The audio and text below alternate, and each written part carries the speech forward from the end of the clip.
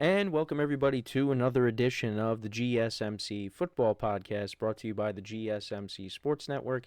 As always, I'm your host, Kenneth Grunfelder, and it's great to have you guys here on this Monday, February 26th. We have a lot to talk about on the show today, but before I get into that, just want to remind you guys, as always, to tip or donate and get your comments recognized, make sure to go to the following link. That is streamelements.com/gsmcsportsnetwork./tip. Again, that really helps the show, makes the show more interactive between myself, the host, and you guys, the viewers. Again, that is streamelements.com/gsmcsportsnetwork./tip. And as always, it is displayed on the ticker on the bottom of the show segment down below. So, with that being said, let's get into what we are going to talk about for today. So, starting off the show, I'm going to go through some recent news and headlines just around football in general. So, I'll talk about that in a second, or some of them in a second.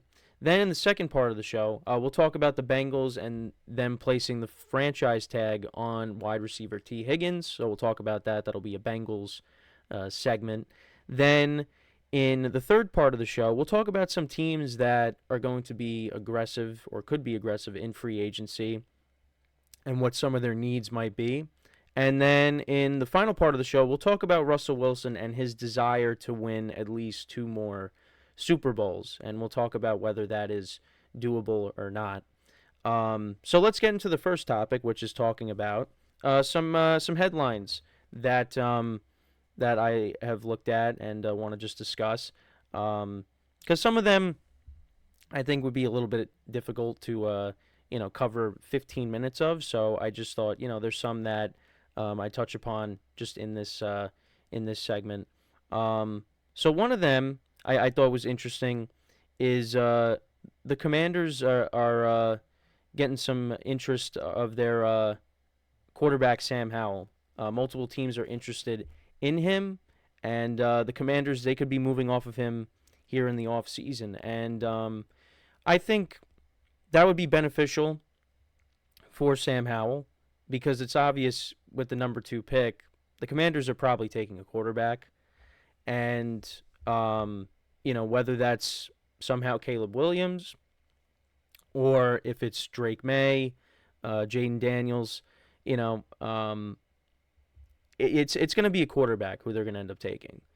And, with the new regime now in place, it seems like Sam Howell, he's going to be on his way out. And, this could be a good thing for him. Because, again, I thought, at points during the year, it looked like maybe Sam Howell could be the guy for Washington. And then things kind of just fell apart towards the end of the year. I think he ended up finishing with 21 touchdowns to 21 interceptions. He did throw a lot of picks this year. But again, like at times during the year, he looked good. So I thought, maybe Washington might have found their guy, but I guess not. And again, Washington was not a very good team this year. 4-13 on the season, which is not good at all. So, this could be good for both sides. I mean, Sam Howell passed for almost 4,000 yards, 3,946 passing yards. Yeah, 21 touchdowns to 21 interceptions. So, again, not great. Maybe he ends up going somewhere else and he could, in a better system, maybe he could become a decent quarterback. So we'll just have to wait and see on that. But some other stuff I wanted to touch upon as well. So the NFL, they may be looking to change their kickoff rule and do something similar to how the XFL was doing it. Now for some reason I can't find. Oh, here it is. Yeah. So the NFL could adopt the XFL's current. Now it's the UFL's current kickoff model for the 2024 season. So this is what the XFL's kickoff is. So the kicker lines up at the 30-yard line with 10 other members of the kickoff team lining up at the opponent's 35, 5 yards away from the returning team. The kicker and returner are the only players who can move until the ball is fielded. Touchbacks are placed at the 35-yard line. So now this is what the NFL model would be. So kicking teams line up at its 35-yard line with 8 returning team members within 15 yards. Double team blocks are prohibited. Touchbacks are placed at the 25-yard line. So basically, the NFL, what they're trying to do is they want to encourage more returns while reducing high-speed collisions. Only 22% of kickoffs were returned in 2023. None of the 13 kickoffs in the Super Bowl were returned. So the NFL wants to increase kickoff returns without increasing the concussion rate. Concussions on kickoffs was the reason why the NFL recently changed its kickoff model in the first place. And yeah, I mean, listen, kickoffs are an important part of the game, and it's an exciting play. I mean, Devin Hester, he recently got into the Hall of Fame, and his career was built off of that. And I think a lot of people were complaining about the rule changes because it kind of took away the recent rule changes kind of took away from the excitement of that play. I mean, Devin Hester returned to kick in the Super Bowl that he was in with the Bears. I also, back when the Broncos and the Seahawks played against each other, you had Percy Harvin returning a kickoff. It's an important part of the game, so I get it. Like, you want to reduce injury. But so we'll see what ends up happening there. Also another thing too, separate news. So Eric Bieniemy is going to become the associate head coach / offensive coordinator for UCLA. There was some. I know he, was around the Chiefs recently. So I thought maybe the Chiefs could bring him back because obviously he spent many years as the Chiefs offensive coordinator. Then he went to Washington, became the offensive coordinator for the Commanders, and now with Dan Quinn being brought in and Cliff Kingsbury, Bieniemy was out. So now he's going to college, and he is going to be the next OC for the for UCLA. So we'll see how that goes. But yeah, it's just kind of interesting how he can't get a head coaching gig. I mean, there's maybe some reasons behind it, but I don't know. I just feel like him being with the Chiefs, being the offensive coordinator all those years, I feel like he got interviews. It's just for some reason he just could not get a head coaching job. So now he's going to be the offensive coordinator for a college team. So we'll see how that goes. But that's something interesting. Let's see, anything else? I did see something with Andy Reid. I think they're looking to rework his contract, if I can find that here. But yeah, so let me know what you guys think about the Eric Bieniemy stuff. Yeah, so the Chiefs are working to make Andy Reid the highest paid head coach. This is a report from about an hour ago.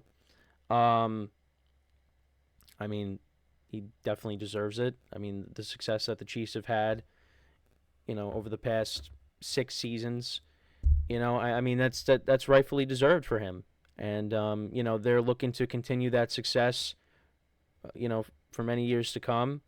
Andy Reid, obviously they talked to Andy Reid and Travis Kelce about retirement. They're not looking to leave anytime soon.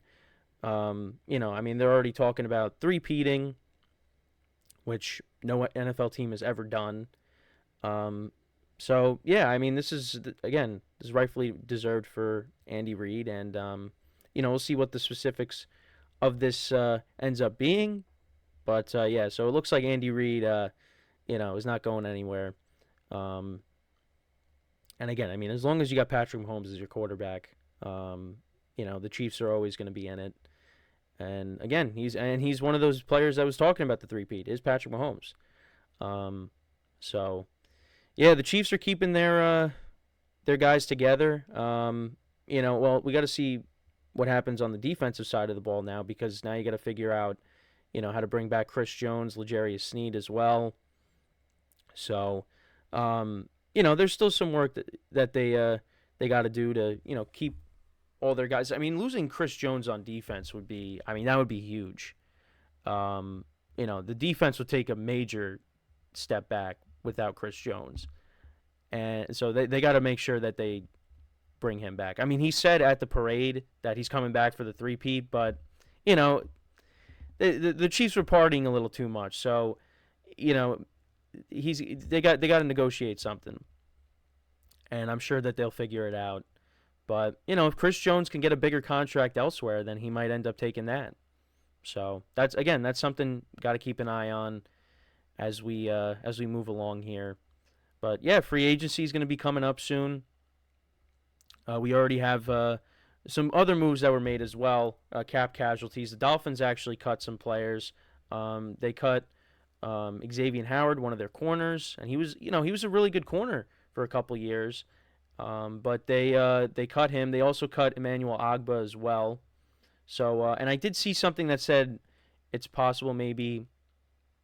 I think he likes the Texans, so maybe the Texans pick him up, and we'll talk about the Texans later in the show as being one of the teams that could be very aggressive in free agency. But yeah, the Dolphins, they released him after 8 seasons. He became one of the top corners for a stretch in Miami, earning Pro Bowl honors in 2018 and had an All-Pro selection in 2020. But yeah, it's because of the contract. They they had to let him go, and we'll see who picks him up. Again, like I said, I saw something that said the Texans, maybe his desire to play there, so we'll see.